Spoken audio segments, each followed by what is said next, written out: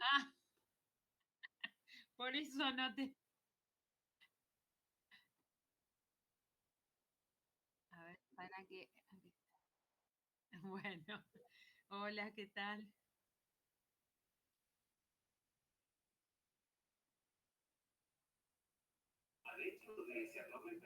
Hola, profe, ¿cómo andas? ¿Bien? Bien, bien.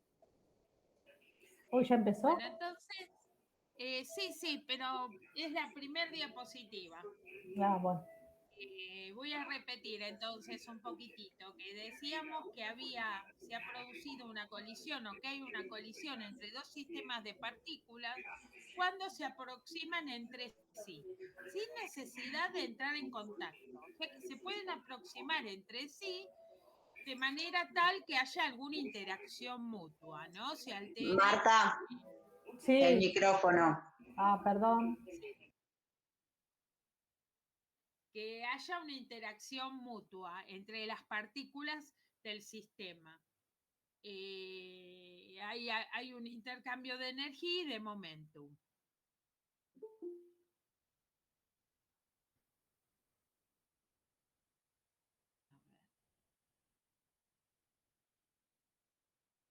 Hola, ¿qué tal?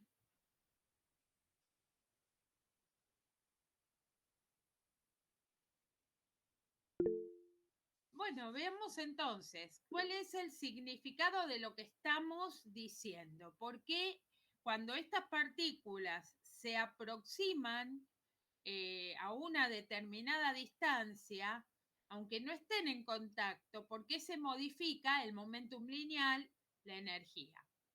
Es decir, que cuando estas partículas se aproximan, lo que se produce en general es un intercambio, ¿no? Una interacción entre las partículas, un intercambio de momentum o de energía.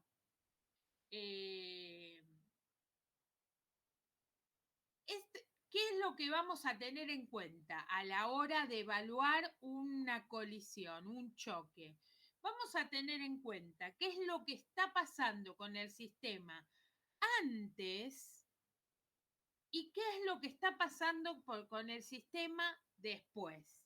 En el momento del choque, en el momento de la colisión, ahí no nos vamos a fijar nada, no lo vamos a tener en cuenta. Entonces, miramos como aparece en la imagen antes, o sea que, por ejemplo, la pelotita blanca se dirige hacia las otras pelotitas. ¿Y qué es lo que pasa después del choque? ¿Cómo salen las pelotitas después del choque? Vamos a ver un ejemplo de colisión poco común, digamos. Por ejemplo, la trayectoria de un cometa cuando se está aproximando, por ejemplo, al sistema solar, es también un choque. No crean que necesariamente las partículas tienen que estar sumamente cercanas entre sí. Pueden estar muy alejadas entre sí, mientras que existe una interacción entre los sistemas. Que se produzca este choque entre los sistemas. Bueno, dentro de lo que es la teoría de las colisiones, nosotros tenemos que distinguir algo que se denomina dispersión. El término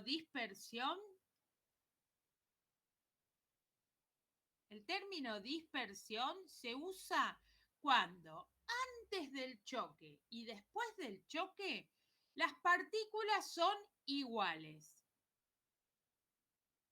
No siempre que se produce un choque, antes y después del choque las partículas son iguales, pueden ser diferentes.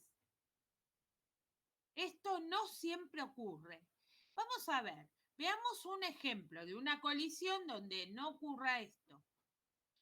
Por ejemplo, en el caso de las reacciones químicas. Hay reacciones químicas que tienen lugar a través de una colisión entre partículas.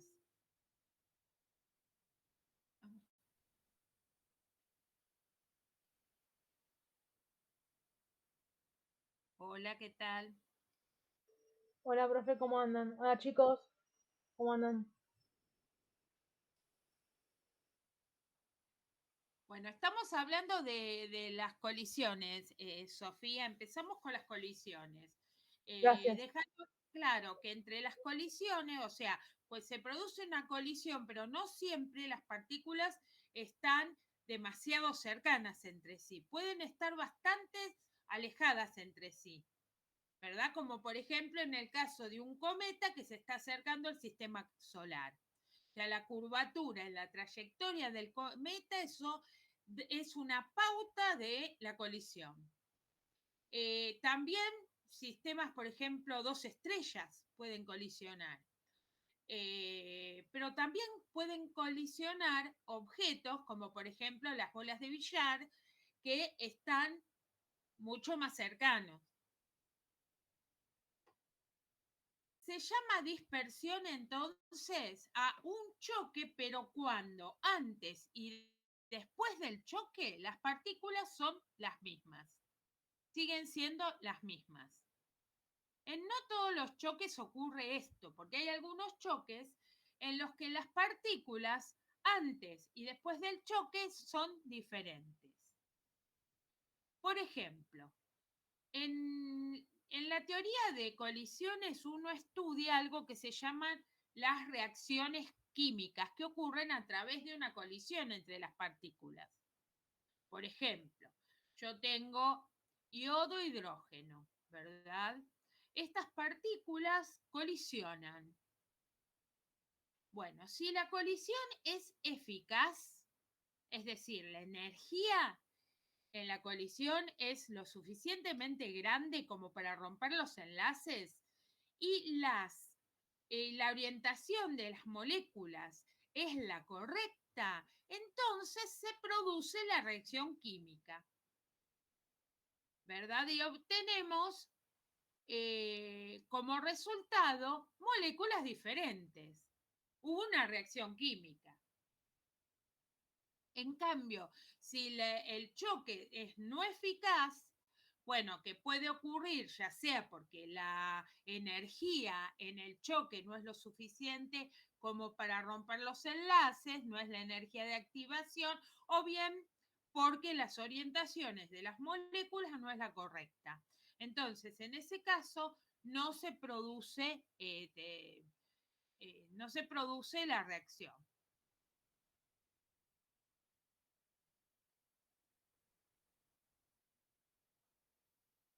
Bueno, pero vamos a estudiar las colisiones hablando en física. Por ejemplo, cuando nosotros trabajamos en un experimento de laboratorio sobre choques, entonces, uno, ¿qué es lo que conoce? En primer lugar, conoces cómo está el sistema antes del choque, o sea, las masas que están involucradas y las velocidades de las masas que están involucradas. Y después, lo que vas a conocer también, lo que vas a observar después de la colisión en una región lejana de la colisión, qué es lo que pasó con las partículas, qué es, digamos, cómo me quedaron las partículas después del choque, si tienen la misma masa, no tienen la misma masa y a qué velocidades se encuentran.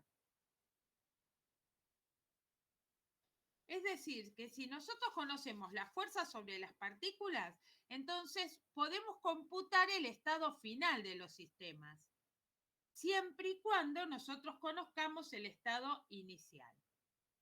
Ahora, hay algo muy importante en las colisiones, que es que si nosotros tomamos el sistema completo, es decir, todas las partículas son un único sistema, entonces el momentum lineal del sistema total se conserva. ¿Por qué se conserva el momentum lineal? Porque en realidad vamos a pensar en nuestro sistema como un sistema aislado.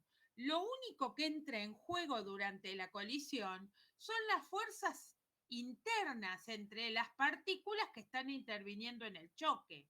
Entonces, si yo considero el sistema grande de todas las partículas que están interviniendo en el choque, entonces lo vamos a considerar aislado. Se conserva la energía total del sistema y se conserva el momentum lineal del sistema.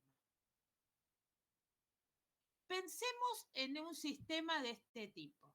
Pensemos en dos partículas que están siguiendo una trayectoria c cada una, con una velocidad v1 y v2, las masas son independientes de la velocidad y, bueno, de alguna manera interactúan entre ellas en un choque, en una colisión. En esta región no me interesa qué es lo que está pasando, porque es la región donde se está produciendo el choque, y lo que me va a interesar evaluar es qué es lo que sucede después del choque.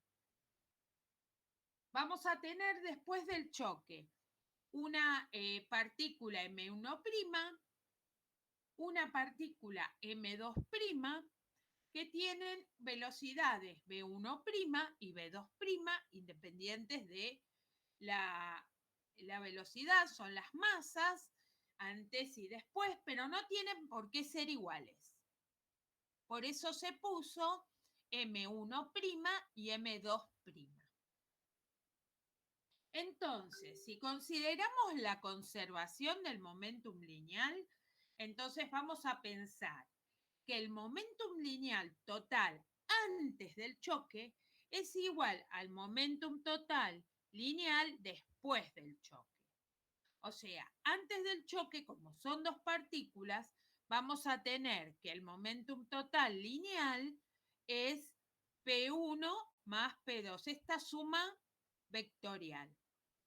Y para el final, y para el momentum lineal final total del sistema, va a ser P1' más P2', esta otra suma vectorial. Bueno, la energía potencial interna de estas partículas antes del choque, vamos a llamarla EP12, porque depende únicamente esta energía potencial de las posiciones de las partículas. Puede variar luego del choque. ¿Por qué puede variar luego del choque? Porque puede haber reagrupaciones internas, es decir, no tienen por qué ser iguales la energía potencial. Entonces, luego del choque, esa energía potencial, digamos que la podemos llamar EP12', porque no es igual. Al igual que las masas, que no tienen por qué ser las mismas. Entonces, vamos a analizar la conservación de la energía total de la partícula, las partículas que están interviniendo.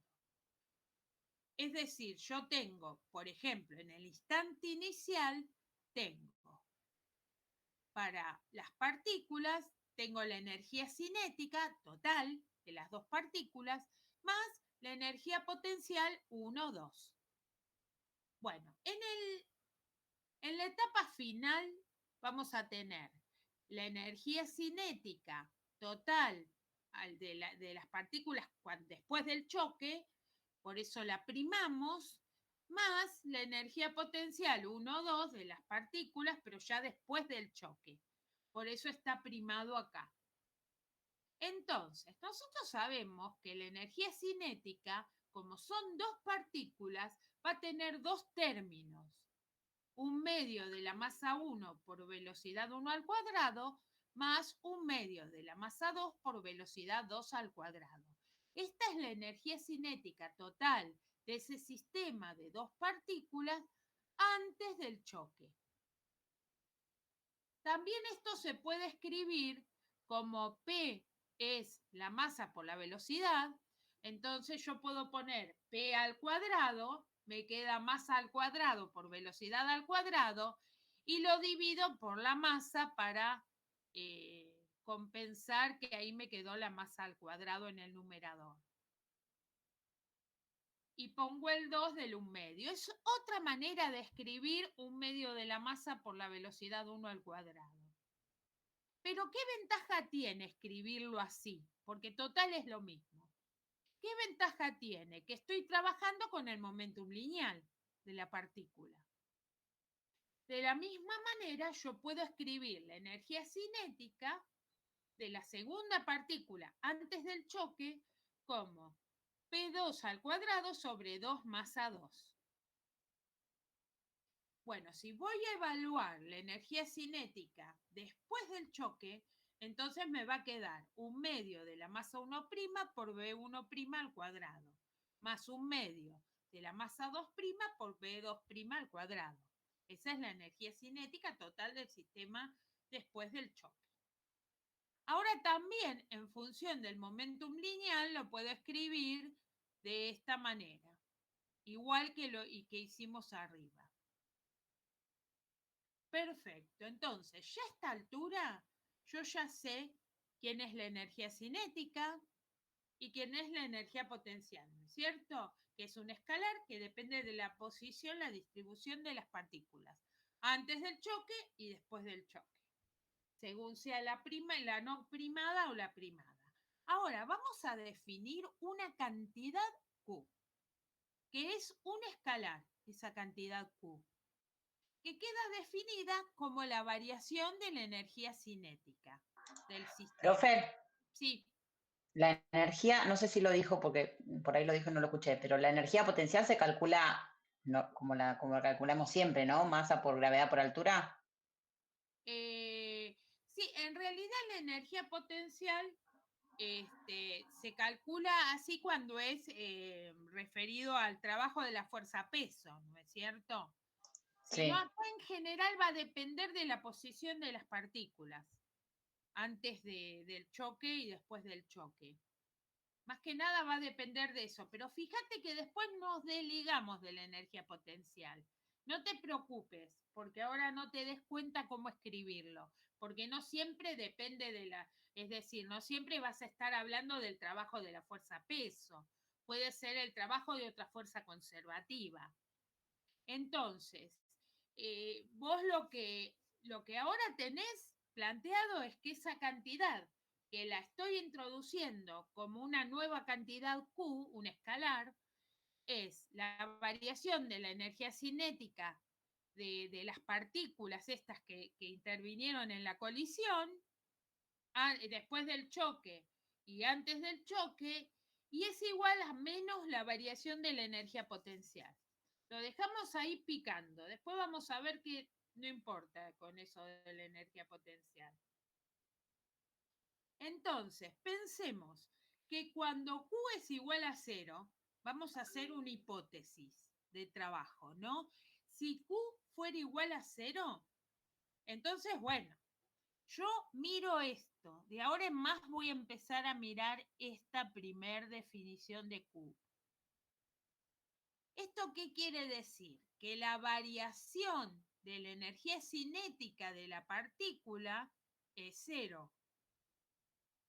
Es decir, que en ese caso, cuando la energía cinética de la partícula no cambia, entonces el choque se denomina elástico, no pierde energía la partícula. Las partículas no pierden energía. ¿Mm? En cambio, por ejemplo, si perdieran energía, si Q es distinto de 0, tiene otro valor cualquiera, entonces, en el caso, sería inelástica, ¿no es cierto? Pero en el caso que Q sea menor que 0, es decir, fíjense qué es lo que es Q. Energía cinética final menos energía cinética inicial. Si es menor que 0, significa que la energía cinética que tenía al principio fue mayor que la que tenían después. La energía cinética total, estamos hablando de la suma, son 2 partículas en el ejemplo que dimos, pero estas 2 partículas ya sabemos que se puede generalizar a un montón de partículas.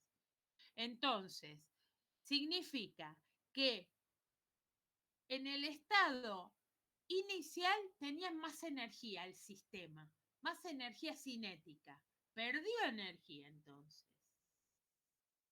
Este tipo de choque en el cual es un choque inelástico claramente, pero en el cual el sistema está perdiendo energía, es una colisión inelástica de primera clase o endoérgica. O sea que disminuye la energía cinética del sistema. Pero si la energía total tiene que quedar constante, porque el sistema es aislado, entonces la energía total del sistema tiene que permanecer constante. Y yo tengo que va a disminuir la energía cinética. Entonces tiene que aumentar la energía potencial.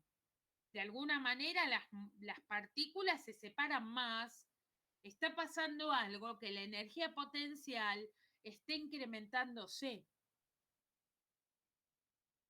Ahora, si pasa lo contrario, Q es mayor que 0, ahí sí está la energía cinética final es mayor que la energía cinética inicial.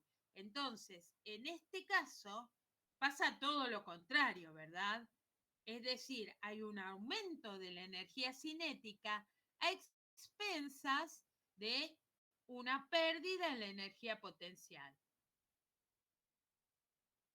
Se llama un choque que sigue siendo inelástico, obviamente, pero de segunda clase o exoérgico, el choque. Entonces, como nosotros sabemos que Q era la variación de la energía cinética del sistema. Si yo despejo la energía cinética primada, me va a quedar Q y la energía cinética inicial total del sistema la puedo pasar para el otro lado sumando. Entonces me queda, si volvemos a la expresión que involucraba el momentum lineal de las partículas, me queda el momentum lineal de la partícula 1 elevada al cuadrado sobre 2 veces la masa prima, 1 prima, más el momentum lineal de la partícula 2 prima al cuadrado dividido 2 veces la masa 2 prima, esto es todo primado, ¿no? La energía cinética total de ese sistemita de dos partículas en el estado final, cuando ya pasó el choque.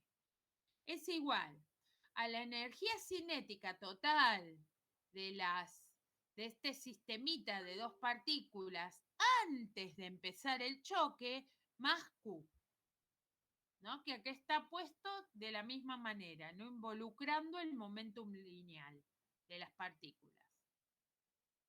Ahora, de la conservación del momentum lineal, yo sé que para este sistema de dos partículas, el momentum total lineal antes del choque es P1 más P2, ¿no es cierto? Ya lo habíamos escrito antes. Y después del choque es P1' más P2'. Bueno, con esta ecuación vamos a tratar de encontrar alguna deducción para poder reemplazar en la expresión que teníamos antes, que me involucraba en realidad los momentum lineales. Con estas dos ecuaciones siempre es suficiente para resolver todos los problemas de choque. Si nosotros, por ejemplo, tomamos el momentum lineal y la energía, todo, pero con referencia al centro de masa.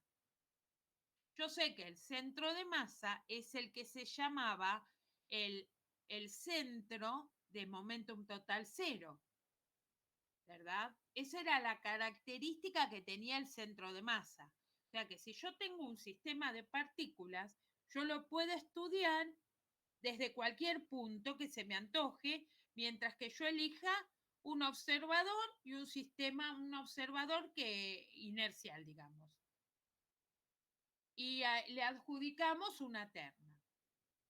Bueno, ahora, ¿qué sucede si nosotros estamos eligiendo el sistema, ese observador inercial, justito como el momentum lineal total se conserva, lo puedo elegir en el centro de masa, porque es un observador inercial? Entonces, yo elijo justito ese observador. ¿Por qué? Porque es el que me simplifica las cuentas. Entonces, ese era el sistema que llamábamos de momentum total 0. Entonces, en este caso, si vale 0, el momentum total va a ser P1 igual a menos P2 y P1' igual a menos P2'. Si nosotros tenemos entonces acá este numerito igual a este numerito, lo podemos sacar factor común, al igual que acá, este y este, porque son iguales, pero de signo contrario. La única, al estar elevado al cuadrado, primero, no tengo problema con la expresión vectorial porque se transforma en un escalar, y en segundo lugar, no tengo problema con el signo.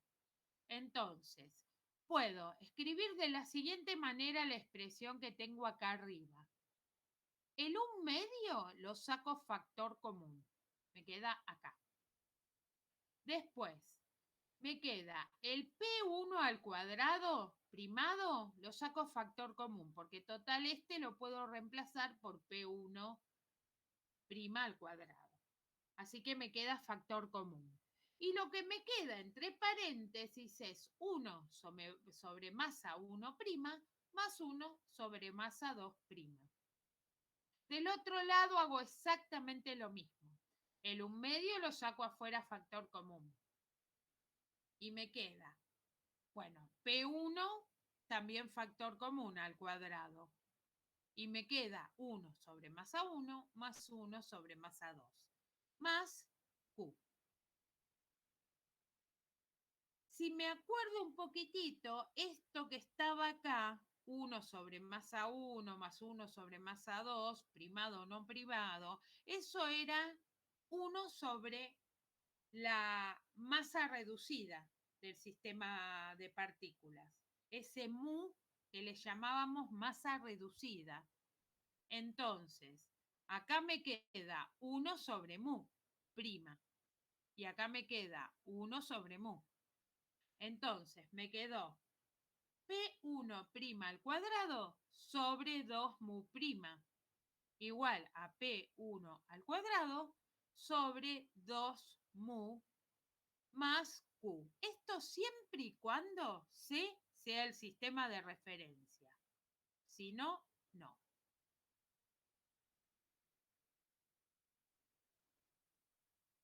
Entonces, vamos a analizar un poquito esa expresión que es esta que está acá.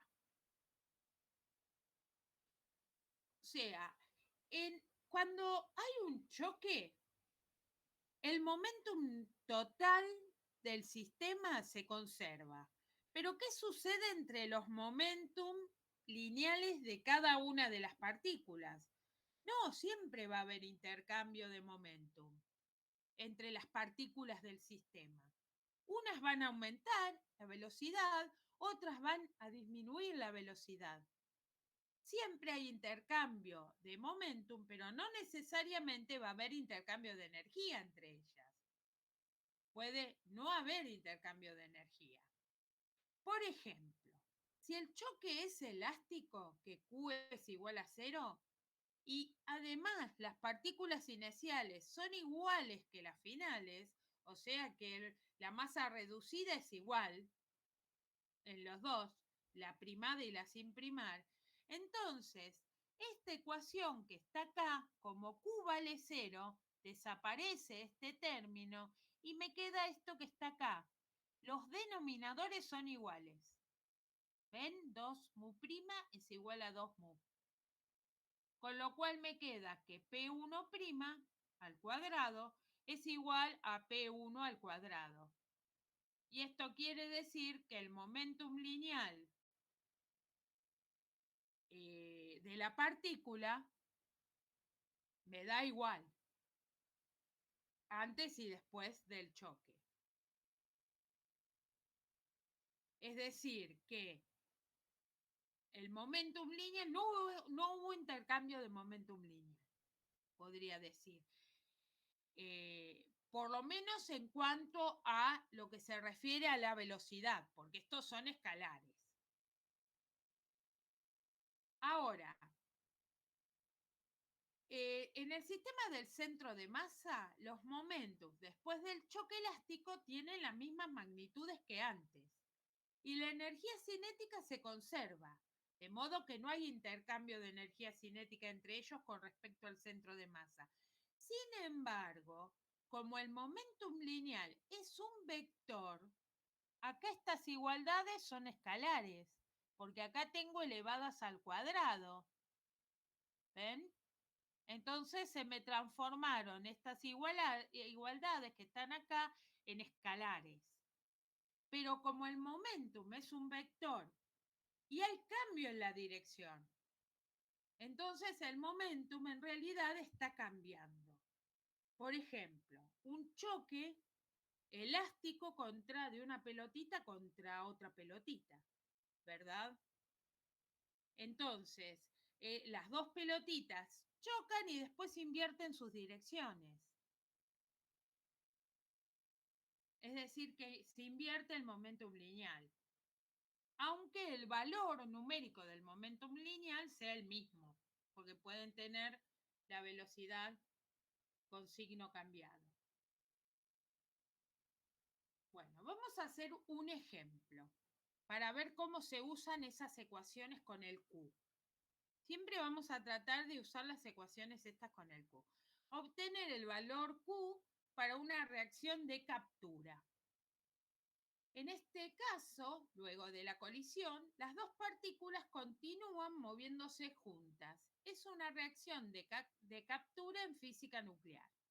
Un neutrón chocando con el protón de un átomo de hidrógeno es capturado para formar un átomo de deuterio.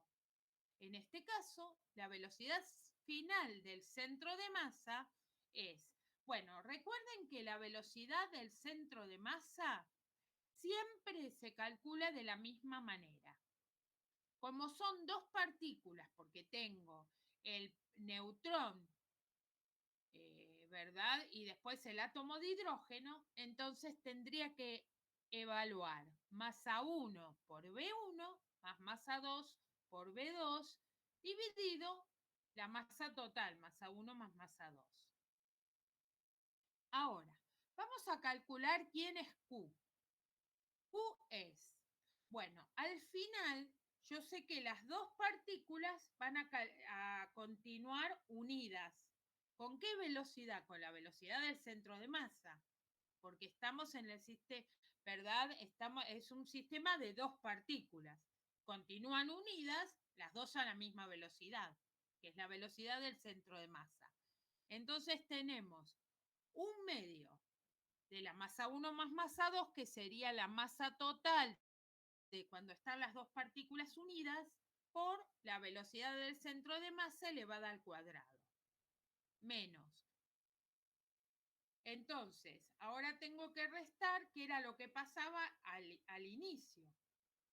Y bueno, al inicio yo tenía la masa 1 con la velocidad 1 y la masa 2 con la velocidad 2. Entonces tengo un medio de la masa 1 por velocidad 1 al cuadrado y un medio de la más, ¿no es cierto? Un medio de la masa 2 por velocidad 2 al cuadrado. Acá, como era una resta, bueno, se cambiaron los dos signos. Lo que tenemos que hacer ahora es cambiar la velocidad del centro de masa, lo vamos a cambiar por la ecuación que ya sabemos, ¿no? Por la definición. Es decir, masa 1 por B1 más masa 2 por B2 sobre masa 1 más masa 2, elevado al cuadrado. Bueno, a ver.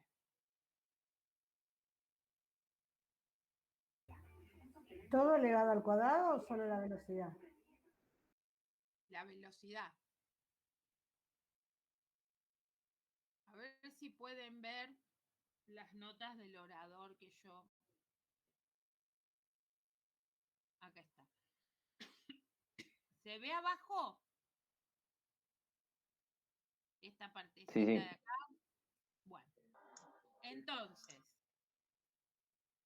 yo tenía un medio de la masa 1 más la masa 2 por la velocidad del centro de masa elevada al cuadrado, menos un medio de la masa 1 por V1 al cuadrado, menos un medio de la masa 2 por V2 al cuadrado.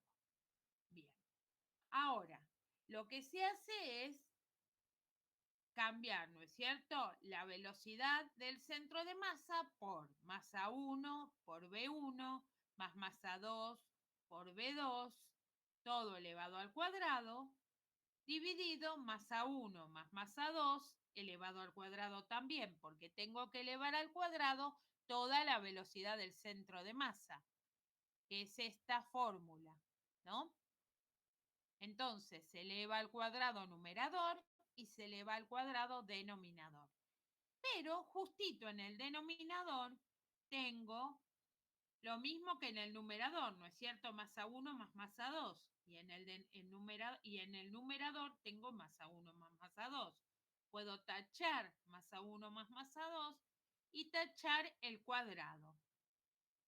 Entonces me termina quedando un medio, ¿no? Tengo que hacer el cuadrado de un binomio, porque es masa 1 por B1 más masa 2 por B2, todo eso elevado al cuadrado. Entonces necesito aplicar el cuadrado de un binomio ahí. Y entonces me queda, y la distributiva con el 1/2. Entonces me queda 1/2 de la masa 1 elevada al cuadrado por la velocidad 1 elevado al cuadrado, no el cuadrado del primero, dice la fórmula para el cuadrado de un binomio, más el doble producto con el 1/2 se va y me queda el primero masa 1 por B1 por el segundo masa 2 por B2.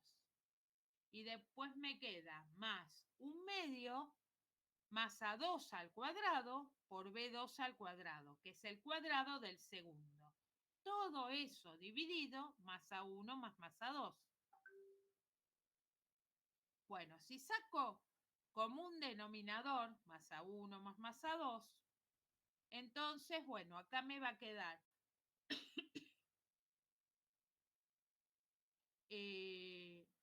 bueno, todo esto primero queda perfecto, todo igual, porque el denominador es masa 1 más masa 2, pero en las dos restas, que son las últimas restas, ahí tengo que poner, ¿verdad? Me quedaba menos 1/2 de la masa 1 por B1 al cuadrado, tengo que poner masa 2. Menos 1/2 de la masa 2 por la masa 1, ¿no? Haciendo la distributiva. Estoy haciendo la distributiva mientras hago el común denominador. O sea que me queda menos 1/2 de la masa 1 por la masa 2 por B1 al cuadrado, menos 1/2 de la masa 2 por la masa 1 por B2 al cuadrado, menos 1/2 de la masa 1 al cuadrado por B2 al cuadrado. Hay varias cosas que se tachan, ¿no es cierto? Se van tachando todas las cosas que están iguales y si esto después lo analizan bien en el slide. Y lo que queda, ¿qué es lo que quedó sin cancelar? Me quedó masa 1 por masa 2, masa 1 por masa 2 por B1 por B2, me quedó 1/2 de la masa 1 por la masa 2 por B1 al cuadrado y me quedó 1/2 de la masa 2 por la masa 1 por B2 al cuadrado. Entonces, ¿qué es esto que está acá? Es un cuadrado de un binomio. ¿No es cierto? Si miro este y con este, esos tres forman un cuadrado de un binomio. Entonces, saco factor común el menos 1/2 y me queda masa 1 por masa 2 y el cuadrado de un binomio, que es B1 menos B2 elevado al cuadrado. Todo dividido, masa 1 más masa 2, que era el común denominador que había sacado antes. Esto, masa 1 por masa 2 sobre masa 1 más masa 2, esto es mu. Entonces me queda menos 1/2 de mu por B1, 2 al cuadrado, porque B1 menos B2 no es otra cosa que la velocidad relativa entre las partículas del sistema. O sea que esta expresión de captura depende de las velocidades relativas de las partículas antes de haber chocado, que es la reacción de captura. Depende de eso esta Q.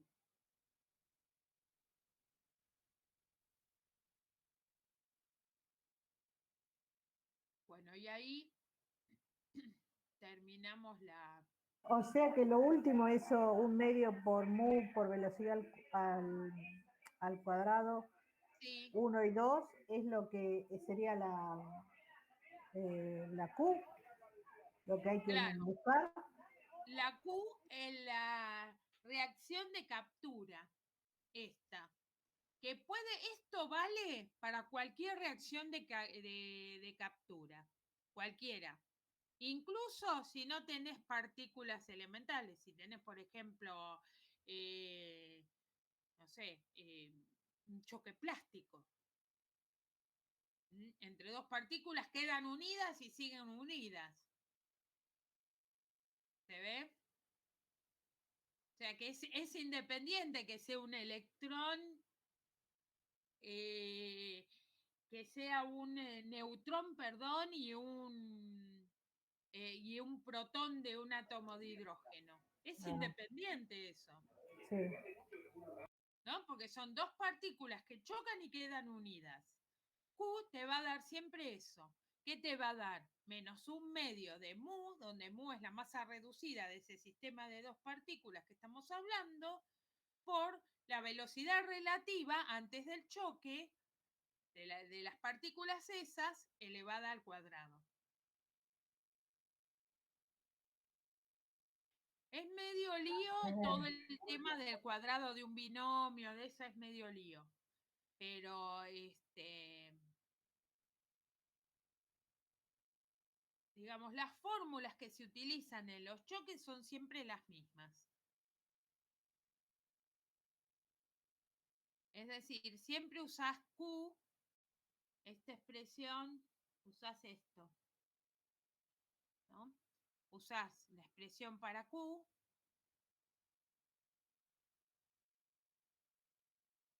pero en el caso particular.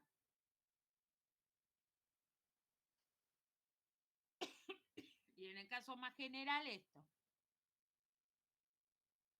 Ya tenés que pueden cambiar las partículas al final, al principio, en cualquier momento. Tenés diferentes partículas, diferentes volúmenes, velocidades. Pueden cambiar. O sea, Q lo uso solo cuando cambian las velocidades al final. Q en general te van a pedir siempre Q. Te van a pedir Q porque es la cantidad que vos tenés que encontrar que te define cuando el choque es elástico o no. Siempre te interesa calcular cuánto vale Q. Porque eso te define, o sea, te va a discriminar, te va a definir, este choque es un choque elástico, este choque es un choque inelástico, de primera clase o de segunda clase. Todo eso si es mayor o menor a 0. Claro, si es elástico te da 0. Si no es elástico, como este caso, que no es elástico, no te va a dar 0. Q te da ese valor, menos 1/2 de mu por B1, 2 al cuadrado, no es 0. Es otra cantidad diferente. de 0.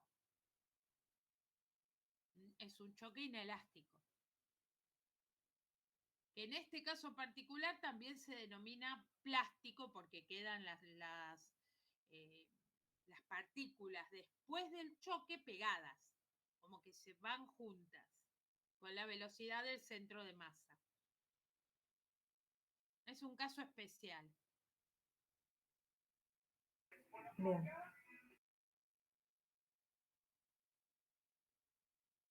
Bueno, y acá terminamos con esta parte de choque. Hay algunos ejemplos más de choques, pero bueno, no quería que sea la clase esta que sea muy pesada porque ya fue bastante pesado el parcial y bueno. Y después vamos a seguir con este tema de sistemas de partículas, pero a otros casos. ¿Cierto? Tenemos que ver gases, tenemos que ver fluidos, tenemos que ver cuerpos rígidos. Que me interesa más hacer hincapié en eso.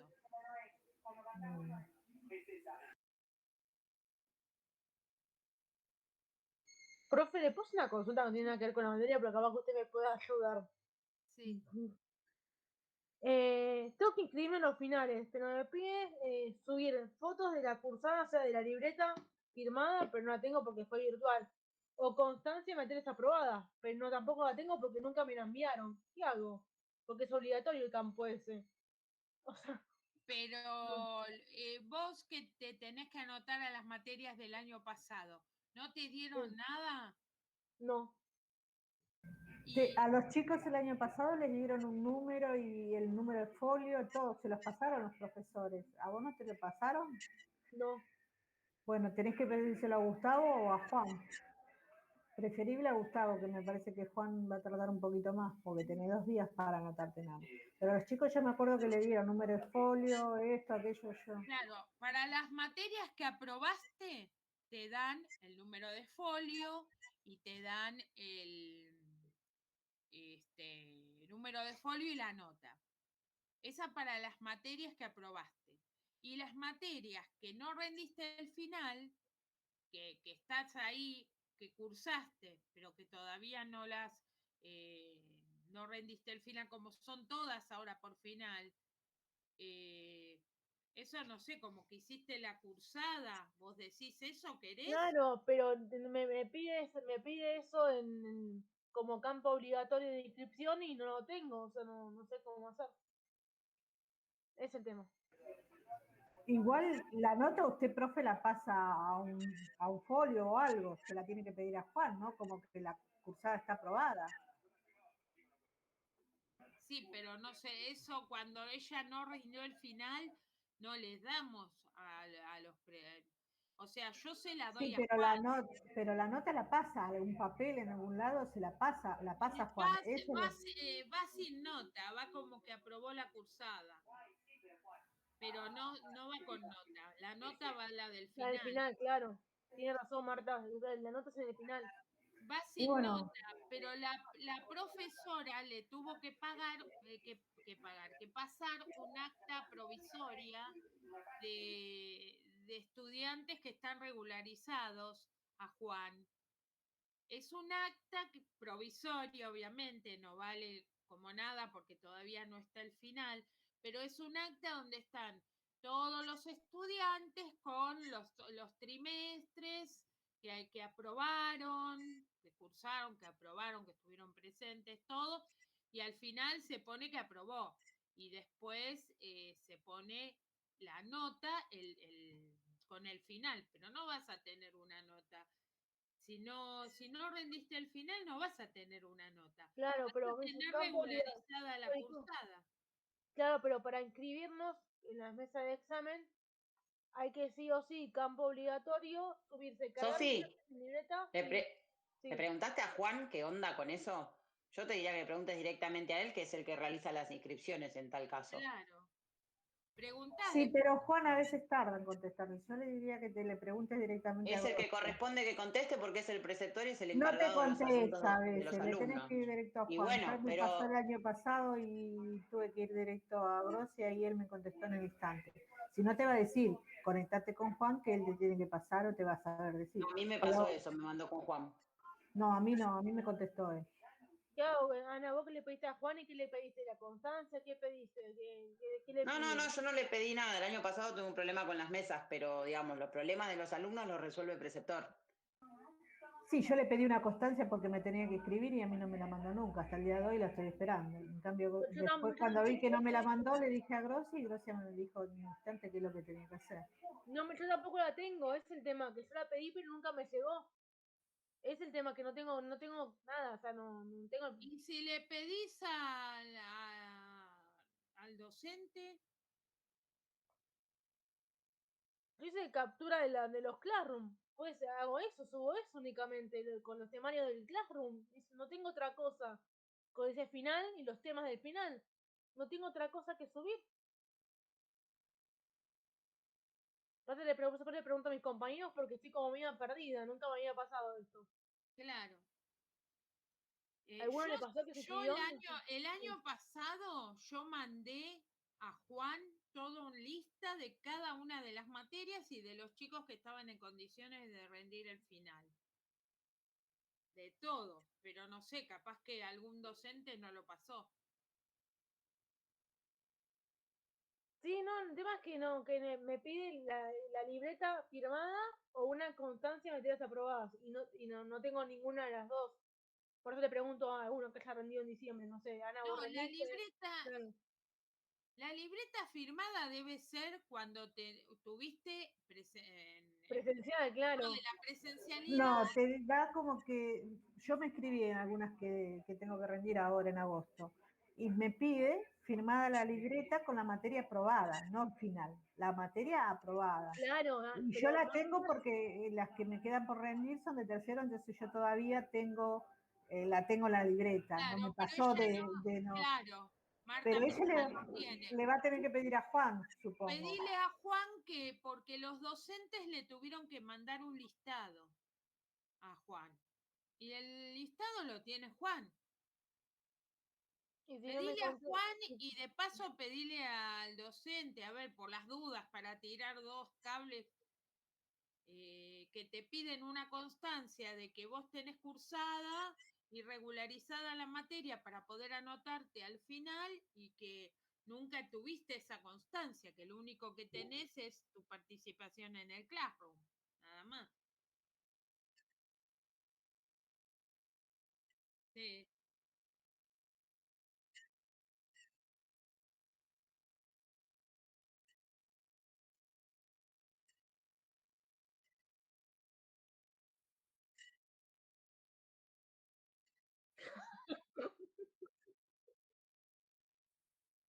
claro.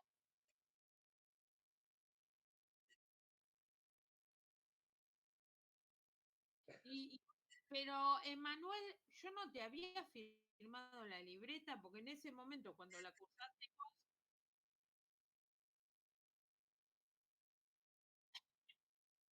sí.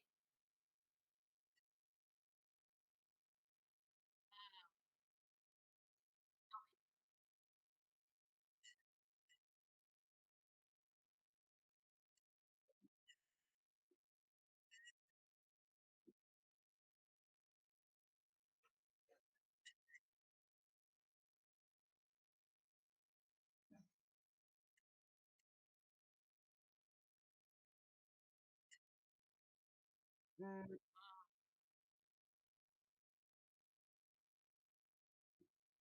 Emanuel, yo lo pedí hace más de medio año y la constancia. O sea, a 2 días de inscribir.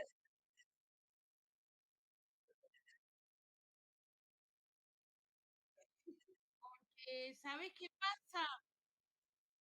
Sí, tiene mucho trabajo y no tiene los materiales, porque ¿sabés dónde está la cursada si vos no le hiciste firmar la libreta? Está en el profesorado. Es el tema.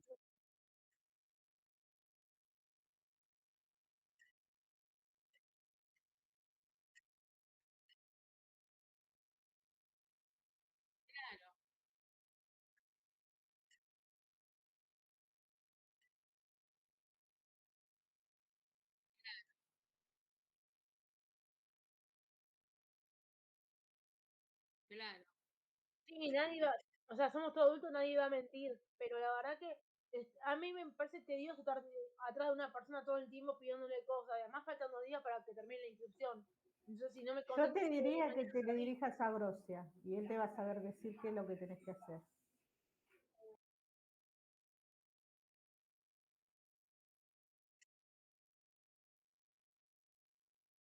sí, sí, a mí también me cae bien, no es que me viene, pero te arranco a contar y dale ese tema, ese es mi miedo. Yo diría que hagas así. Total, no perdés nada. Que le mandes un correo de la mensajería interna, le mandes a Gustavo Grosia explicándole, que le mandes a Juan explicándole y que le mandes a los docentes explicándoles que necesitas una constancia, algo que es lo que te piden para escribirte y vos lo único que tenés es lo que tu participación en el Classroom, nada Claro, más. sí, estoy del Es horno. lo que hay. Yo te digo, si fue el año pasado, la tiene Juan porque se la mandamos virtualmente todos, salvo que el docente no se la haya mandado y que tampoco tiene la culpa Juan. Y